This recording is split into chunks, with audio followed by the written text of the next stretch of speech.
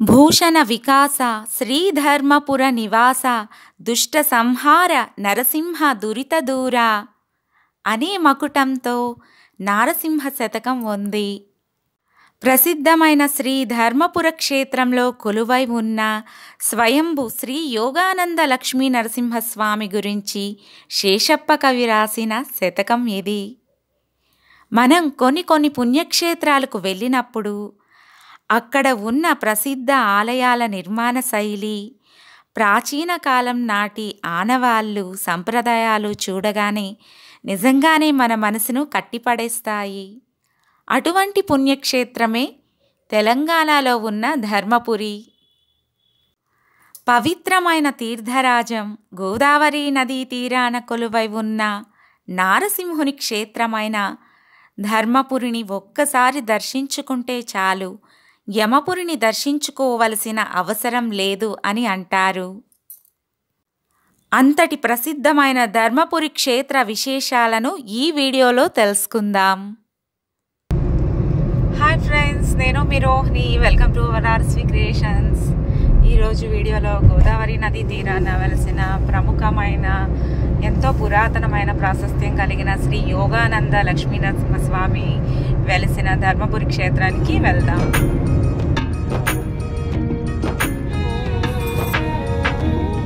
So lunch కోసం అని ఇక్కడ కరీంనగర్ దగ్గర బస్ స్టాండ్కి ఆపోజిట్లో గీతా భవన్ ఉంది, అక్కడ లంచ్ చేసాం. పర్వాలేదు, బాగానే ఉంది. ఇక్కడ నుంచి జగిత్యాల చొప్పదండి మీదుగా ధర్మపురి వెళ్తున్నాము. ఇక్కడ ఈ కరీంనగర్ ఇక్కడ నుంచి మనకి 63 కిలోమీటర్స్ పడుతుంది. మేము వెళ్ళేసరికి 3:30 అలా అవుతుంది ఆఫ్టర్నూన్. సో అక్కడికి వెళ్ళినాక గోదావరి తీరం, నెక్స్ట్ లక్ష్మీనరసింహస్వామి ఆలయం ఈవినింగ్ చూపిస్తాను, నైట్ విజువల్స్ కూడా చూపిస్తాను. అండ్ రేపు మార్నింగ్ కూడా మేము దర్శనానికి వెళ్తాం, అవి కూడా మీకు వీడియోలో చూపిస్తాను.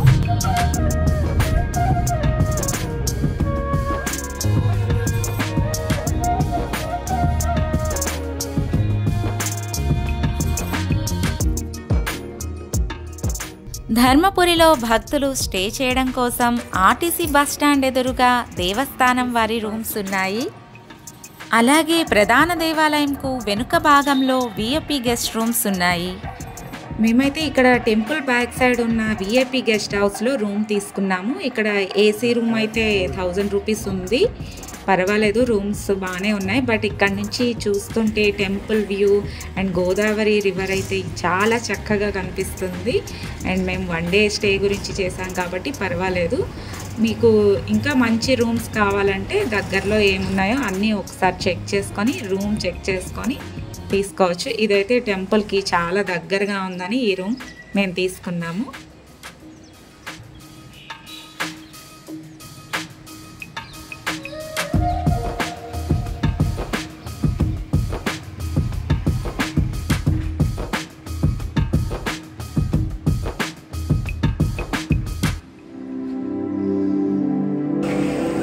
పరమ పావనమైన శ్రీ లక్ష్మీ నరసింహస్వామి ఆలయంకి వచ్చాము. కార్తీక మాసంలో చాలా ఆనందంగా ఉంది.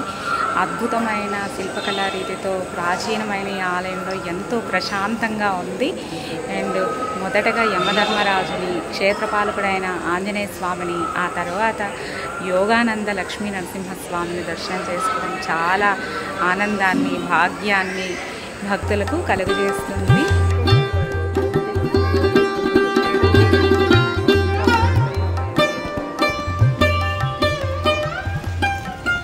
యోగానంద లక్ష్మీ నరసింహస్వామి ఆలయం ప్రక్కనే ఈ రామలింగేశ్వర స్వామి ఆలయం ఉంది. ఎంతో చక్కగా ఆలయం ఉంది. ప్రాచీనమైన శ్రీరాముడు ఇక్కడ ఇసుకతో నిర్మించిన శివలింగము శ్రీ రామలింగేశ్వర ఆలయము. ఇక్కడ గణేష్ విగ్రహం ఉంది, ఎంతో బాగుంది. శ్రీ రామలింగేశ్వర స్వామితో పాటుగా ఎంతోమంది దేవతామూర్తులు కొలువై ఉన్నారు. దేవాలయం కూడా ఎంతో విశాలంగా అద్భుతంగా ఉంది. పరమ పావనమైన కార్తీక మాసంలో ఈ ధర్మపురి క్షేత్రాన్ని దర్శించుకున్నందుకు మాకైతే చాలా ఆనందంగా ఉంది. మీరందరూ కూడా వీలు చూసుకొని ఎప్పుడైనా తప్పనిసరిగా దర్శించుకోవాల్సిన పుణ్యక్షేత్రం శ్రీ ధర్మపురి ఆలయం అన్నమాట. ధర్మపురి కరీంనగర్ జిల్లాలో ఉంది, జగిత్యాల దగ్గర. హైదరాబాద్ నుంచి 240 కిలోమీటర్లు మాత్రమే మాత్రమే గోదావరి నదీ తీరాన పుణ్యస్నానాలు ఆచరించుకొని చక్కగా ఈ దేవతామూర్తులందరినీ మనం దర్శించుకోవచ్చు. ఎంతో అద్భుతంగా ఉంటుంది. భక్తులందరూ కూడా దర్శించుకోవాల్సిన ప్రదేశం ఇది. అంత చక్కగా ఉంది. ఇప్పుడు మేము ఇంకా సత్యవతి అమ్మవారి గుడికి కూడా వెళ్ళాలి. ఇంకా ఇక్కడ బ్రహ్మ పుష్కరిణి ఉంది. చాలా ఉన్నాయి చూడాల్సినవి. ఇంకా కొంత చూసాము. కొంత కార్తీక మాసం కదా, దీపాలు అవన్నీ పెట్టుకున్నాము. మిగిలిన దేవాలయాలు కూడా మీకు తప్పకుండా చూపిస్తాను.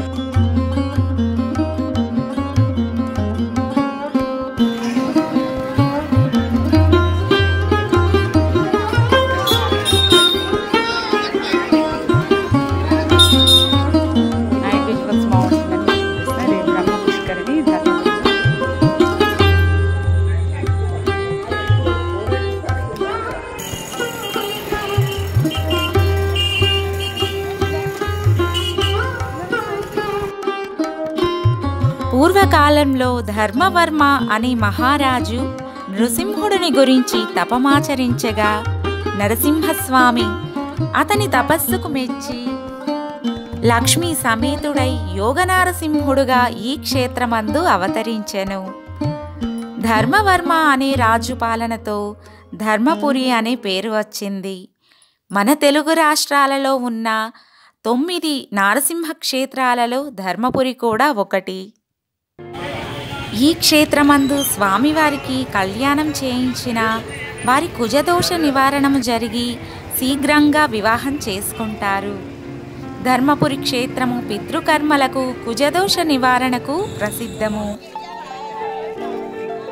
ఇక్కడ గోదావరి నది ఎంతో మనోహరంగా ఉంటుంది.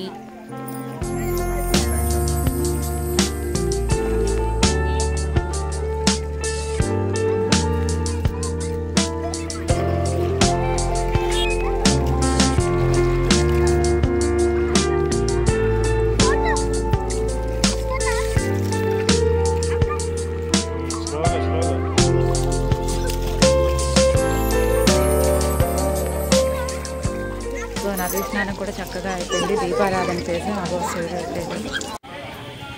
ఈ దేవాలయం 11వ శతాబ్దం నాటికి చెందిందిగా తెలుస్తుంది. ప్రాచీన శిల్పకళా వైభవంతో ఆలయం అలరారుతూ ఉంటుంది. మార్నింగ్ గోదావరి నది స్నానం చేసుకొని మళ్ళీ దేవాలయానికి వచ్చాము. ఇక్కడ మొదట స్వామిని దర్శించుకొని ప్రధాన దైవమైన యోగానంద లక్ష్మీ నరసింహస్వామిని దర్శించుకోవడానికి ముందుగా ప్రప్రథమంగా యమధర్మరాజు విగ్రహమును దర్శించుకొని నమస్కరించుకోవాలి. ఇక్కడ ఉన్న గోదావరి నదిలో యమధర్మరాజు పుణ్యస్నానమాచరించి స్వామిని కొలిచేవారంట. ఇక్కడ యమధర్మరాజు స్వామిని ఆరాధించడం వలన నరక బాధలు ఉండవు అని అంటారు. అలాగే యమగండ దీపం ఉంటుంది. అందులో నూనెను వేసి స్వామిని పూజిస్తే యమగండాలు తప్పుతాయి అని భక్తుల విశ్వాసము.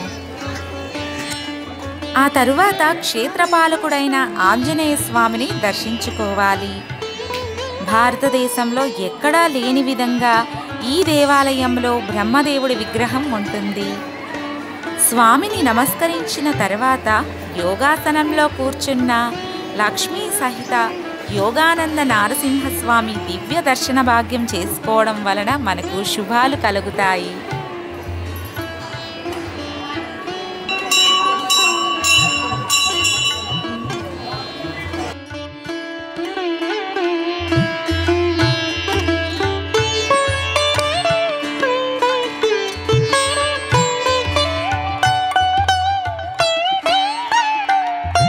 ఇక్కడ నారసింహస్వామి 3 రూపాలలో దర్శనమిస్తుంటారు.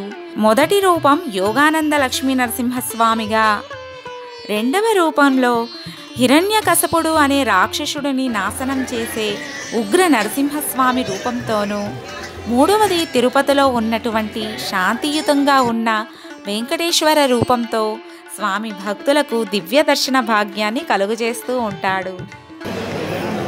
ఇప్పుడే యోగానంద లక్ష్మీనరసింహస్వామి దర్శనం అర్చన చేయించుకొని వచ్చి చక్కగా ఇక్కడ కార్తీక మాసం కాబట్టి భక్తులందరికీ దీపదానం చేస్తున్నారు.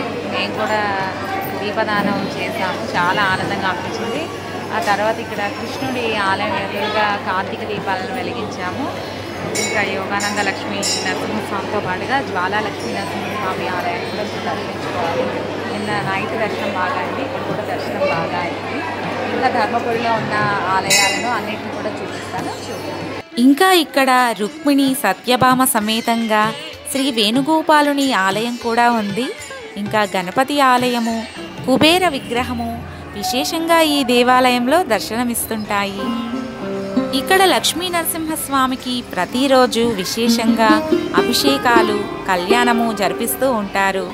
ఉత్సవమూర్తులను ఎంతో వైభవోపేతంగా ఊరేగిస్తూ ఉంటారు.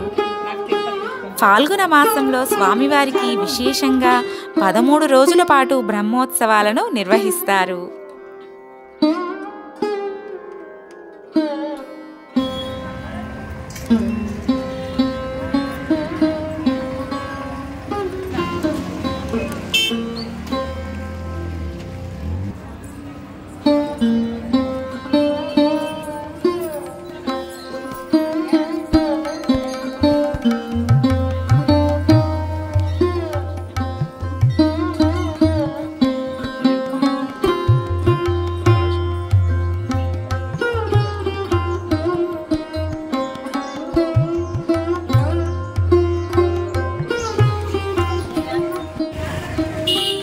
ఈ దేవాలయానికి ప్రక్కనే ఎంతో విశాలంగా ఉన్న బ్రహ్మ పుష్కరిణి ఉంది.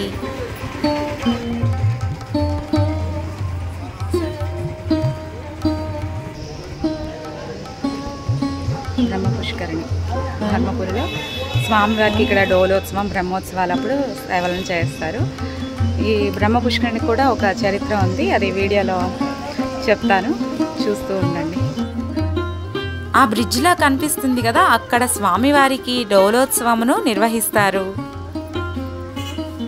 ఈ బ్రహ్మ పుష్కరిణి నిర్మాణం జరిపిన భక్తుడు నిర్మాణానికి జరిగిన ఖర్చును ఈ పుష్కరిణి వద్ద వ్రాయిగా స్వామివారు ఆ భక్తుడు కలలోకి వచ్చి, నా కోసం నిర్మించిన పుష్కరిణికి ఖర్చులు రాస్తావా అని అలిగి తను బ్రహ్మ పుష్కరిణికి రాను అని కలలో చెబుతాడంట. ఆ భక్తుడు స్వామివారిని పొరపాటుగా రాశాను అని వేడుకొనగా స్వామివారు బ్రహ్మోత్సవాల సమయంలో పుష్కరిణికి ఎదురుగా చూడకుండా వెనుక వైపు నుండి వస్తాను అని చెబుతారు. అప్పటి నుండి బ్రహ్మోత్సవాలలో ఇలాగే చేస్తున్నారు.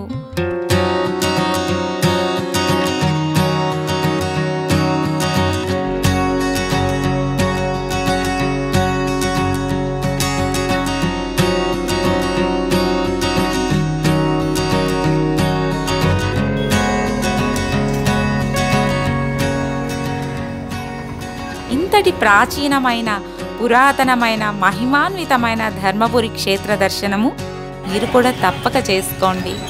సైనింగ్ ఆఫ్ ఫ్రెండ్స్, నేను మీ రోహిణి.